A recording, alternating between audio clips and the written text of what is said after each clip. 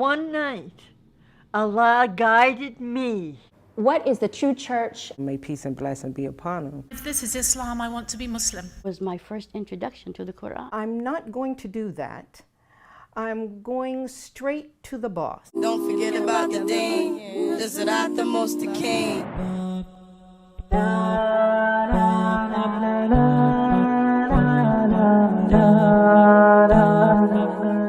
They were also seeking alternative spiritual paths, right? So I was part of that. So we went into bookstores looking for books on religion, Islam, Buddhism, Hinduism, whatever we could find. And subhanAllah, you know, in one of the occult bookstores in Greenwich Village, on really the bottom shelf, occult bookstore, I found the Quran. And that was my first introduction to the Quran. And from then it was like, wow, this is the message that resonates with me. So I was on the search for what is the true church? How do I worship God in the best way that I can, in the true way? So when I started reading about comparative religions, again, it was more of a refresher that, oh yeah, the Bible was actually put together in this way. And then questions started to come up. Do I believe that the Bible should be put together by men? Do I believe that even though men wrote these chapters, you know, hundreds of years after Jesus Christ had already passed away or gone back to heaven, came first attracted to Islam through this person because of their prayers. So then that made me reflect. I was like, I think I'm a pretty good Christian girl. How come I don't pray 5 times a day? How come if I don't pray, nothing happens? It's not sinful or anything. You know, I can forget for 2 months and it's fine. You know, or, you know, so I felt like, okay, my Muslim friend can pray 5 times a day. When they pray, I pray too. As a hobby in my life, when I found free time, I was collecting either the church books to study or going and listening to sermons, taking the sermons home and dissecting them myself, taking what the pastor was saying in the sermon back to the scriptures and trying prayerfully to find the truth and the path and where the differences lie, the dividing lines between each of these denominations and why. A nun was teaching this class and she was teaching us how to pray, and she taught us to pray first to Mary, and then Mary would ask her son, Jesus Christ, and then he would ask his father. I went home thinking about this order of prayer and sat alone for some time in the living room of my family home and thinking deeply about this. And then I just made a very conscious, private decision. I said, no, I'm not going to do that. I'm going straight to the boss.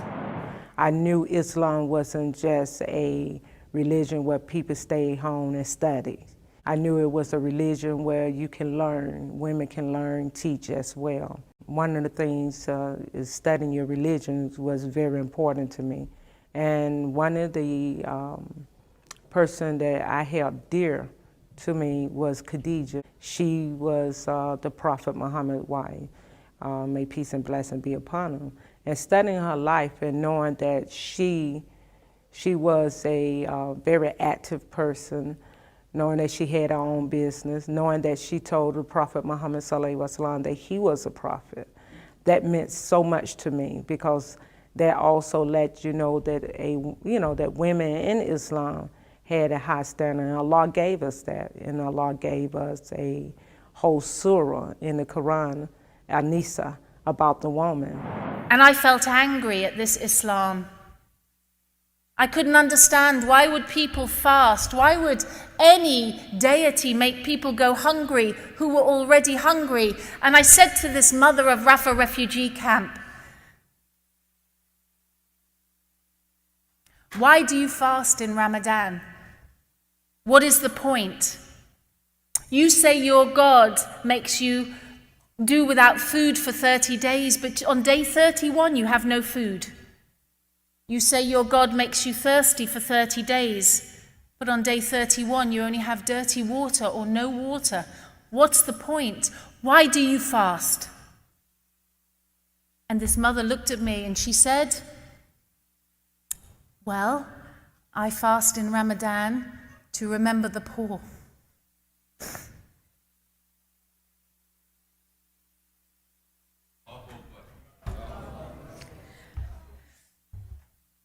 She had nothing, and I couldn't understand it.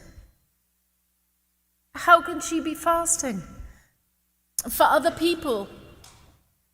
How could she remember other people's poverty when she had nothing? And at that moment, a thought came into my mind: if this is Islam, I want to be Muslim.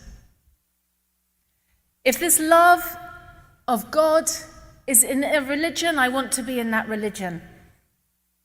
If this love for your fellow human being, even at your moment of hardship, if this is a religion, I want to be in that religion.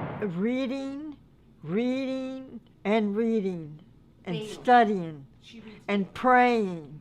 And then one night, Allah guided me to an ayat and a surah. And it mentioned, this day I have completed my favor upon you.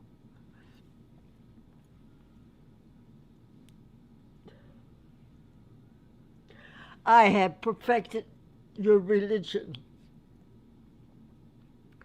And I have chosen Islam as your religion.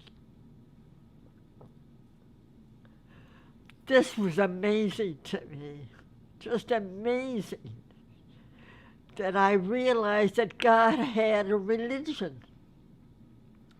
And all these other denominations were just man-made. Assalamu alaikum rahmatullahi ta'ala wa barakatuh. Peace and blessings to all my beautiful sisters. Que las paces estén con todas ustedes. Inshallah, this video was beneficial for you or gave you some encouragement to strive in our deen, inshallah. So, inshallah, I will be posting one video per week, and I will also be translating some videos in Spanish. Thank you so much for watching. Assalamu alaikum rahmatullahi ta'ala wa barakatuh.